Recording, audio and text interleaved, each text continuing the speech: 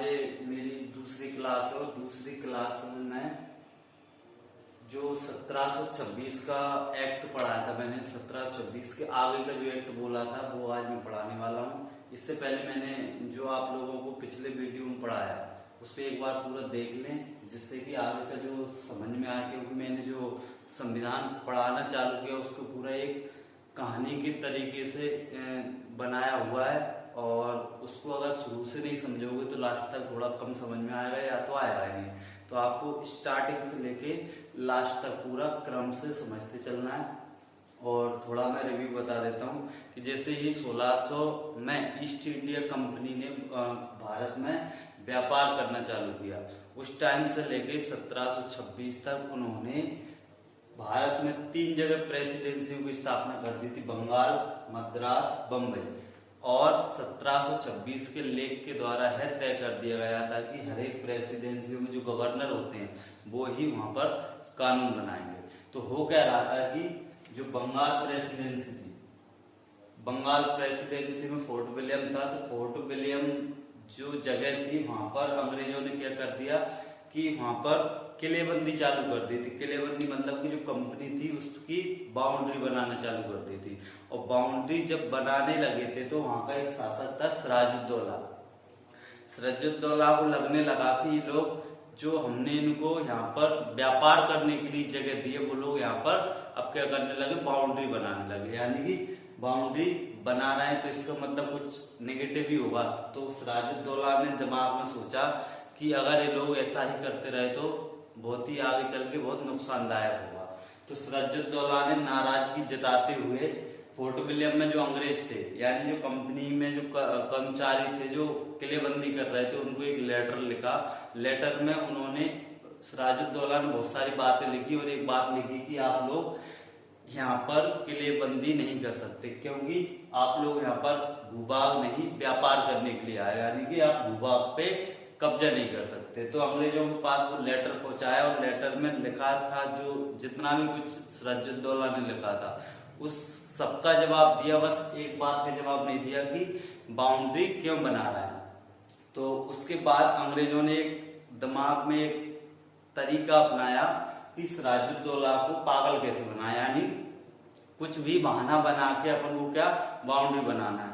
तो अंग्रेज जो यहाँ पे थे उन्होंने एक सिराजुद्दौला को लेटर लिख के भेजा और उसमें बताया कि हम लोग जो फोर्ट विलियम है उसकी किलेबंदी इसलिए कर रहे हैं क्योंकि जो फ्रांसीसियों ने पौंडीचेरी पे कब्जा कर लिया है, उनके डर से हम इसकी किलेबंदी कर रहे हैं, क्योंकि हमको डर है कि वो लोग इस पे भी कब्जा ना कर लें। यानी उन्होंने एक अच्छा सा बहाना बना दिया कि पौंडीचेरी पे जो फ्रांसीसियों को कब्जा है वो फ्रांसीसी हमारी कंपनी पे कब्जा ना करने, इसलिए हम उसकी बाउंड्री वॉल बनाना है। तो इस कारण से उन्होंने अच्छे से जवाब दे दिया।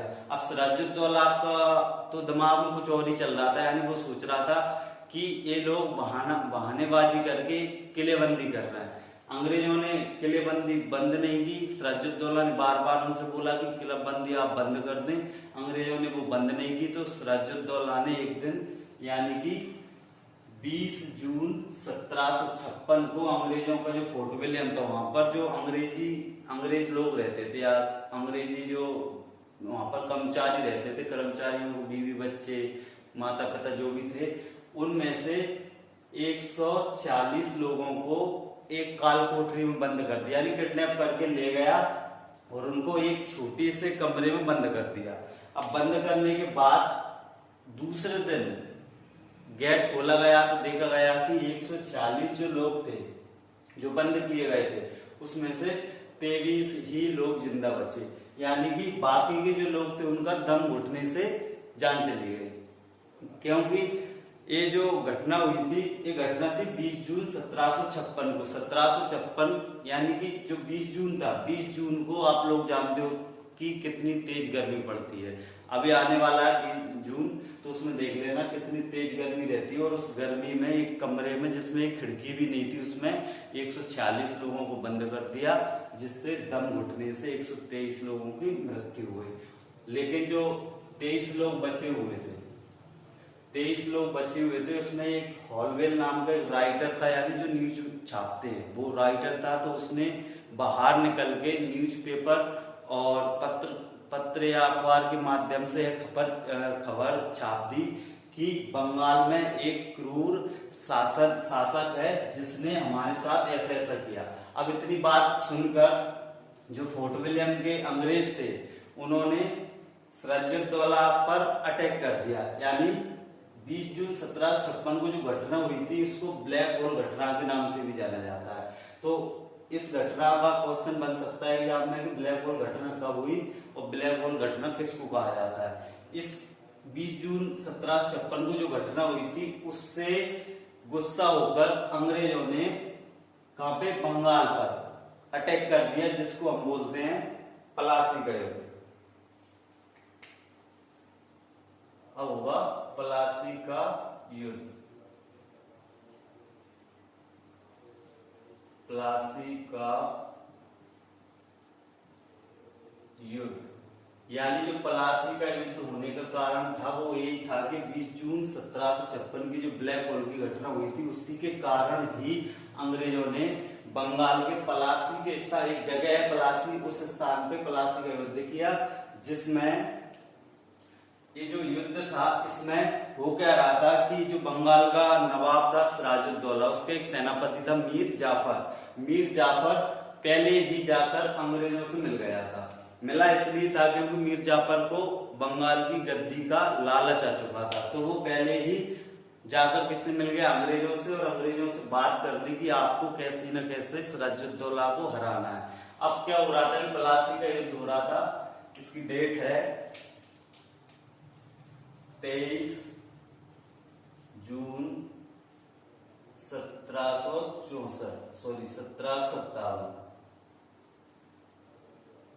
23 जून 1757 का प्लासी का युद्ध हुआ। इस लड़ाई में सिराजुद्दौला और अंग्रेजों के बीच में लड़ाई हुई और उसमें मीर जाफर जो था वो पहले से ही अंग्रेजों से जाकर मिल चुका था। तो लड़ाई के दौरान सिराजुद्दौला की जो सेना थी वो अच्छे से जीत रही थी युद्ध, और उस टाइम जब जीत रही थी तो मीर जाफर आया और सिराजुद्दौला से बोला कि हम लोग जीत रहे हैं, उससे कि आप राजा से बोला, यानी जो सिराजुद्दौला था, कि आप घर जा सकते हो, ये लड़ाई हम जीत ही रहे वैसे ही। और सिराजुद्दौला को घर भेज दिया, और जो मीर जाफर था अपनी मर्जी से ही युद्ध में हारते चला गया, और लास्ट में देखा गया कि सिराजुद्दौला की जो सेना थी हार चुकी थी। यानी प्लासी के युद्ध में सिराजुद्दौला की हार हुई, और सिराजुद्दौला जो घर गया था उसमें जो मीर जाफर था उसका लड़का था मीरल नाम का एक लड़का था, उसको घर पे भेजा मुर्शिदाबाद, और वहां पर जाके सिराजुद्दौला को मीरल ने मार दिया। इस तरीके से प्लासी के युद्ध में जो हानि हुई, जो जितना भी जो भी कुछ हुआ वो अंग्रेजों के हक में हुआ, क्योंकि बोला जाता है कि मीर जाफर पहले से अंग्रेजों से मिल गया था। मीर जाफर को क्या था कि वो राजगद्दी पे बैठना चाहता था, तो मीर जाफर को अंग्रेजों ने कहाँ पे, पश्चिम बंगाल का जो फोर्ट विलियम, जितनी जो भी मुर्शिदाबाद जगह थी वहां का शासक बना दिया, यानी नवाब बना दिया था। वो क्या रहा था कि प्लासी का जो युद्ध था, इस युद्ध के बाद इतिहास में करवट ले ली थी। यानी कि बोल सकते हैं कि जो नवाब का पद हुआ करता था बंगाल में, अब वो कठपुतली का पद होने लगा था। यानी कि अब अंग्रेजों के जो प्लासी के युद्ध के बाद में जो बंगाल था, बंगाल में अंग्रेजों का कब्जा हो गया, और अंग्रेजों ने बंगाल में अपने कानूनों को और सख्त कर दिया। तो इस तरीके से प्लासी के युद्ध में जो बंगाल का पद था कठपुतली की तरह हो गया था, कठपुतली। यानी बोल सकते हैं कि जो बंगाल का जो भी नवाब बनता था वो अंग्रेजों के पक्ष में काम करता था। अब धीरे धीरे क्या हुआ कि बंगाल में एक नया नवाब आया जिसका नाम था मीर कासिम। मीर कासिम यहाँ पर शासक बन गया, अंग्रेजों ने बनाया हुआ उसको भी। तो मीर कासिम जब बंगाल का शासक बना, नवाब बना, उस टाइम पे अंग्रेजों ने बंगाल और उसके क्षेत्र में कानून व्यवस्था इतनी ज्यादा कर दी, इतनी सख्त कर दी कि वहां का जो नवाब था, बंगाल का नवाब, उससे परेशान होने लगा, और आसपास के क्षेत्र में जो भी क्षेत्र थे वो भी उससे परेशान होने लगे। तो क्या हुआ, प्लासी के युद्ध के बाद में एक लड़ाई और हुई थी जिसको बोलते हैं बक्सर का युद्ध। बक्सर का युद्ध। और जो बक्सर का युद्ध हुआ था वो हुआ था अपना 22 अक्टूबर 1764। 22 अक्टूबर 1764 के दिन, यानी कि 22 अक्टूबर 1764 को बक्सर का युद्ध हुआ। और इस युद्ध को बोलते हैं कि ये गुटबाजी करके युद्ध लड़ा गया था, यानी इसमें बहुत सारे राजाओं ने युद्ध में भाग लिया था। बोल सकते हैं अपन कि जो क्षेत्र था, यानी बंगाल के ऊपर जो अवध था, अवध का नवाब था सिराजुद्दौला और दिल्ली का नवाब था शाह आलम द्वितीय। तो जो एक पक्ष था इधर का, दो पार्टियों का, एक तरफ का था जिसमें भाग लिया था 3 लोगों ने, शाह आलम ने, शाह आलम, दूसरा था शुजा-उद-दौला, शुजा-उद-दौला, और तीसरा था मीर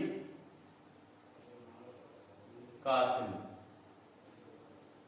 यानी कि जो बक्सर के युद्ध हुआ उसमें एक तरफ से थे ये 3 और एक तरफ से कौन थे, ये हुआ था अंग्रेजों और नवाबों के बीच में। तो एक साइड थे अंग्रेज,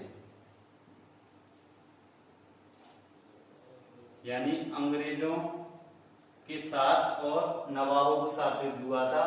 और अंग्रेजी सेनापति जिसको बोलते हैं अंग्रेजों की तरफ से था हेक्टर मुनरो। इनके बीच में युद्ध हुआ और इस युद्ध में लास्ट में देखा गया कि इसमें अंग्रेजों की विजय हुई, यानी अंग्रेज इस युद्ध में जीत चुके थे। क्योंकि अंग्रेजों का क्या हो रहा था कि पहले से कुछ लोगों को मिला रखा था अंग्रेजों ने, और अंग्रेज तो एक नीति पे चलते थे फूट डालो और राज करो। तो जो क्षेत्र थे वो पहले ही वहां के लोगों को मिला लिया करते थे। इस कारण से वो हर एक युद्ध में जीतते गए। और इस युद्ध को जीतने के बाद, यानी बक्सर के युद्ध को जीतने के बाद एक संधि हुई, इलाहाबाद की संधि, इलाहाबाद की संधि, इलाहाबाद की संधि हुई। और इलाहाबाद की संधि हुई थी अपनी 17 मई 1765। 17 मई, सॉरी मई नहीं, अगस्त में हुई थी, 17 अगस्त 1765 को। यानी कि जो इलाहाबाद की संधि की गई थी उसकी डेट थी 17 अगस्त 1765 को। इस युद्ध में मतलब कि ये जो संधि हुई थी, इस संधि में कुछ शर्तें रखी गई। यानी कि शर्तें क्या रखी गई कि जो बंगाल जो था उसके नीचे उड़ीसा था, उड़ीसा, और इसके ऊपर ये बिहार और ये बंगाल, उड़ीसा, बंगाल, बिहार, यानी जो उड़ीसा,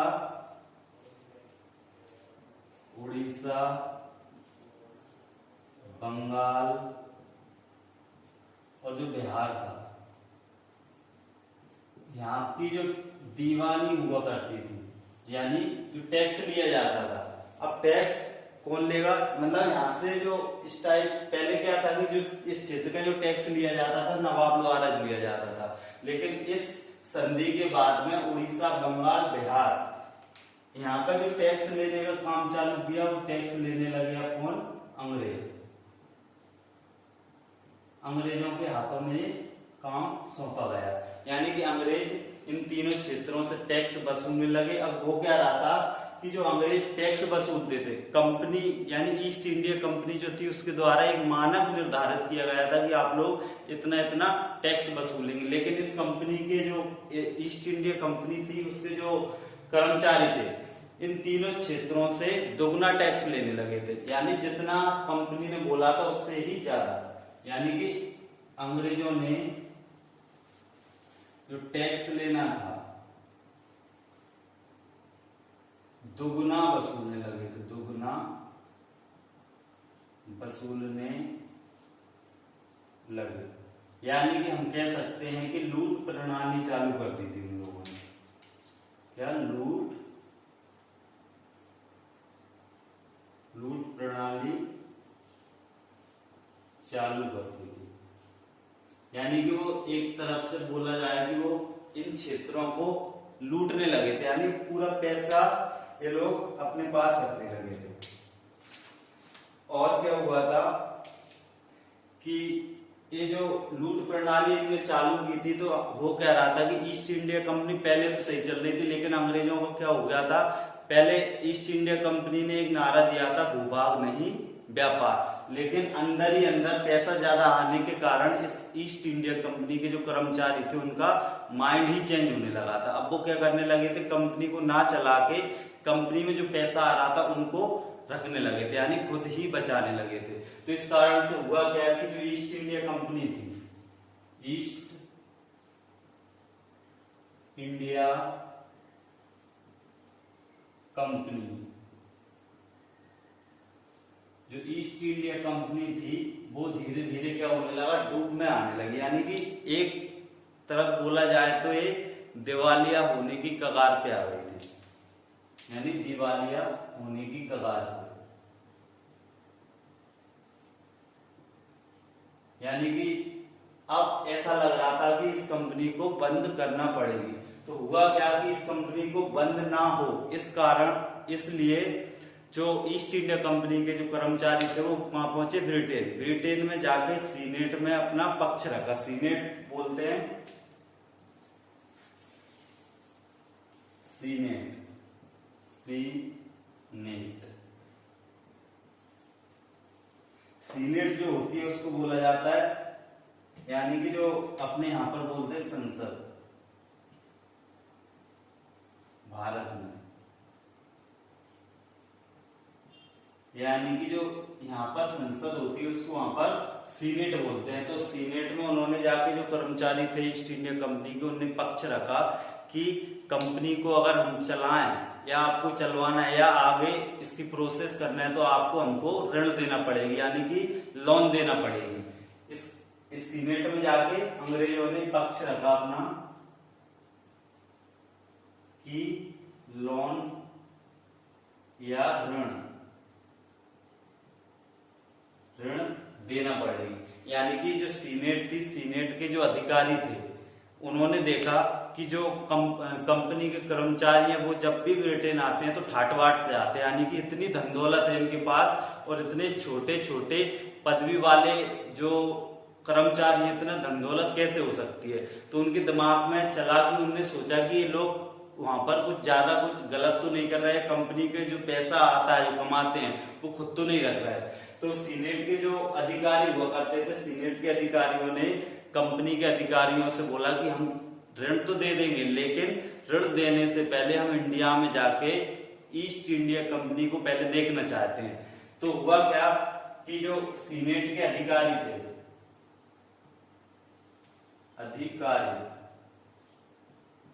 वो उन्होंने एक दल भेजा, यानी एक सीक्रेट मिशन भेजा, कहां पे, इंडिया में, ईस्ट इंडिया कंपनी को चेक करने के लिए, सीक्रेट मिशन, यानी जांच दल बोल सकते हैं हम इसको, जांच दल।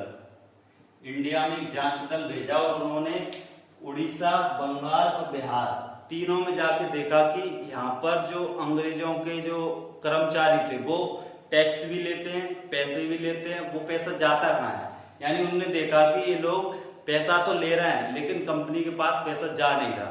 तो उन्होंने देखा कि कंपनी सच में डूब में आ रही है, भले ही ये लोग, क्योंकि अंग्रेजी थे तो उनको तो माफ ही कर देंगे वो। तो उन्होंने क्या किया कि जो कर्मचारी थे उनसे बोला कि चलो ठीक है, इन तीनों में हमने देखा परखा, सब कुछ देखा कि सच में ईस्ट इंडिया कंपनी घाटे में जा रही है। तो इन्होंने सीनेट के जो अधिकारी थे, सीनेट ने एक कमेटी बिठाई, वहां पर एक पक्ष रखा और ईस्ट इंडिया कंपनी और सीनेट के अधिकारियों ने मिलके, यानी ईस्ट इंडिया कंपनी, कंपनी ही लिख देता हूं, यानी कंपनी और सीनेट, सीनेट के अधिकारियों ने मिलके एक एक्ट पारित किया, यानी कि इस टाइम से एक्ट पारित होने लगे थे। यानी बोल सकते हैं जो आप लोग पढ़ते होंगे संविधान में, रेगुलेटिंग एक्ट। रेगुलेटिंग मतलब होता है कंपनी को रेगुलेट करने के लिए, यानी सही से संचालित करने के लिए एक्ट पारित किया। किसने? कंपनी और सीनेट के अधिकारियों ने मिलके, जो आगे चल के बहुत सारे एक्ट बने यानी बोल सकते हैं जैसे 1800, 1700, 1833 का, 13 का जो एक्ट आते गए। एक्ट इसलिए आए क्योंकि कंपनियों को सही से रेगुलेट करने के लिए और सही से संचालित करने के लिए। और जो 1726 का एक्ट था उसके बाद में इतना सारा कुछ हुआ और उसके बाद में नया कुछ आएगा, बहुत सारे एक्ट आने वाले हैं, तो आप लोगों को एक एक एक्ट में क्लियर करूंगा। आज के लिए इतना ही। थैंक यू, धन्यवाद।